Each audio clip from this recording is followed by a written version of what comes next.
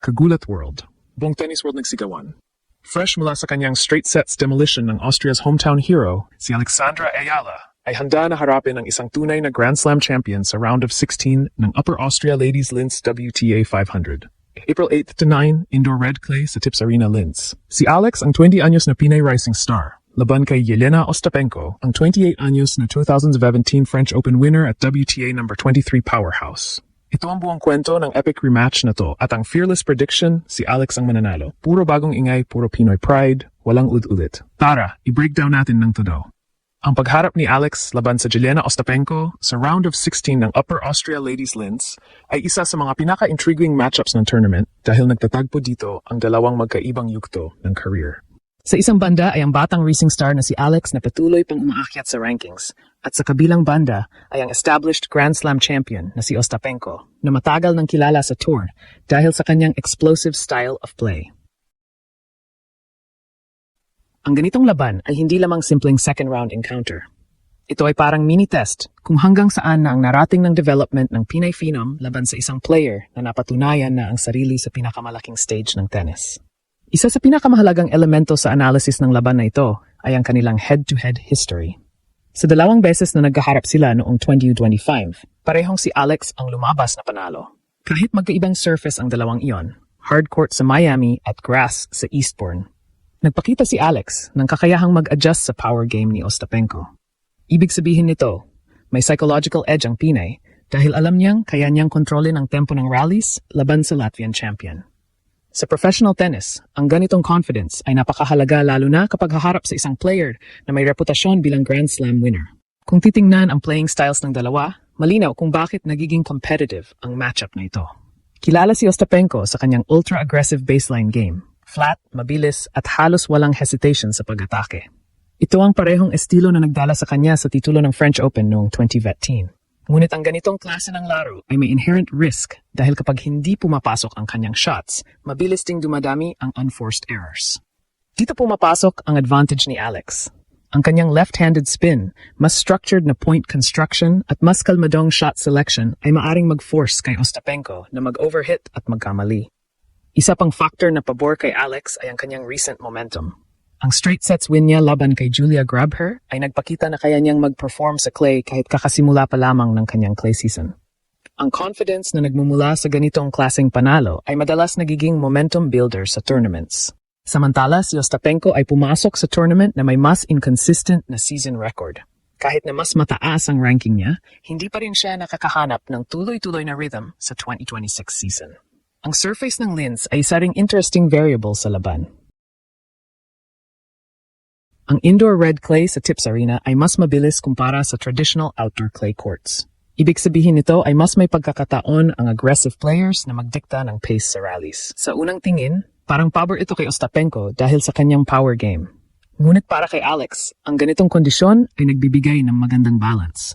May sapat na clay friction para sa top spin at movement, ngunit may bilis na nagbibigay sa kanyang left-handed forehand ng extra penetration. Hindi rin dapat maliitin ang mental component ng laban na ito. Sa edad na 20, si Alex ay nagpapakita ng composure na karaniwang nakikita sa mas matatandang players. Ang training environment niya sa Rafa Nadal Academy ay kilala sa paghubog ng mental resilience at tactical discipline. Dalawang katangiang mahalaga lalo na kapag kaharap ang isang unpredictable opponent tulad ni Ostapenko. Kung magagawa ni Alex na manatiling kalmado at panatilihin ang consistency sa rallies, may malaking posibilidad na mapuwersa niya mag-overplay ang Latvian star. Sa kabuuan, ang matchup na ito ay higit pa sa simpleng duel ng ranking positions. Ito ay isang pagkakataon para kay Alex na patunayan na kaya niyang makipagsabayan sa mga established champions ng WTA Tour. Kung magpapatuloy ang kanyang momentum at mapapangalagaan niya ang kanyang composure sa ilalim ng pressure, ang laban-laban kay Jelena Ostapenko ay maaring maging isa pang mahalagang hakbang sa pag-angat niya bilang isa sa pinaka-promising young talents sa world tennis. Si Alex ay nasa WTA number 46 na may 14-8 record sa 2026 season. Si Ostapenko naman ay number 23 na may 9-8 YTD.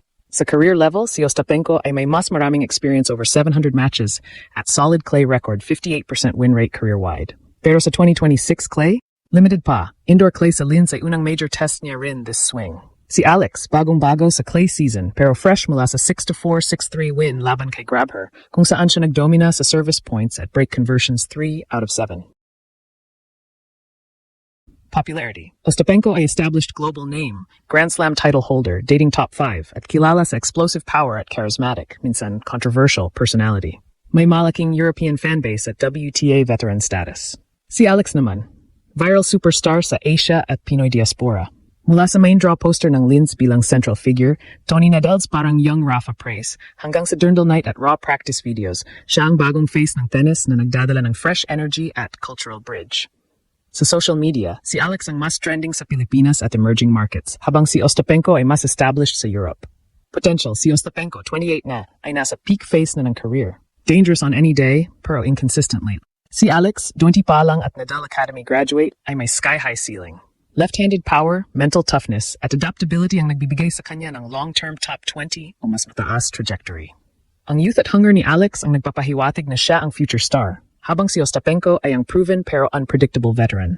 Dalawang beses na nagkita sila, parehong panalo ni Alex. Sa 2025 Miami Open, hard courts 7-6-2, 7-5, comeback win laban sa big hitter.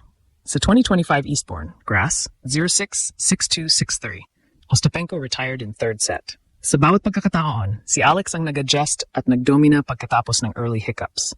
Hindi basta panalo, ito ay proof ng kanyang resilience at ability na i-neutralize ang power game ni Ostapenko. Walang clay H2H pa, pero ang indoor clay sa Linz ay mas mabilis kaysa traditional outdoor clay. Pabor sa aggressive baseline ng dalawa, pero mas aligned sa lefty angles ni Alex. Una, youth at freshness. 20 versus 28.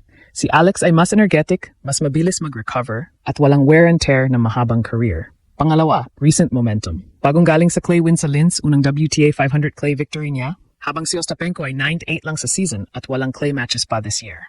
Pangatlo, left-handed disruption. Ang lefty serve at forehand ni Alex ay nagbibigay ng awkward angles na hirap i-handle ni Ostapenko sa past matches.